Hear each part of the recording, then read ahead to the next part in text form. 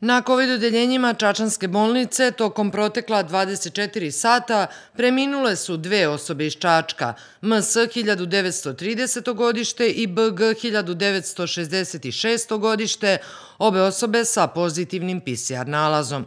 U trećem talasu korona epidemije u Moravičkom okrugu do sada je preminulo 272 osobe koje su lečene od korone, od kojih je 201 iz Čačka.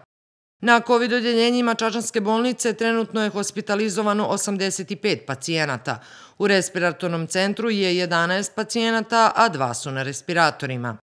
U protekla 24 sata primljeno je 11 pacijenata, a 5 je otpušteno na kućno lečenje. U prijemno-trijažnoj ambulanti Čačanske bolnice juče su zabeležena 84 pregleda, od čega su 43 prva. Koronavirus potvrđen je kod 41 osobe iz Čačka od 243 testiranih, kod 15 osoba iz Gornjeg Milanovca od 50 testiranih, 6 iz Lučana od 18 uzoraka i kod 15 osoba iz Ivanjice od 56 uzoraka.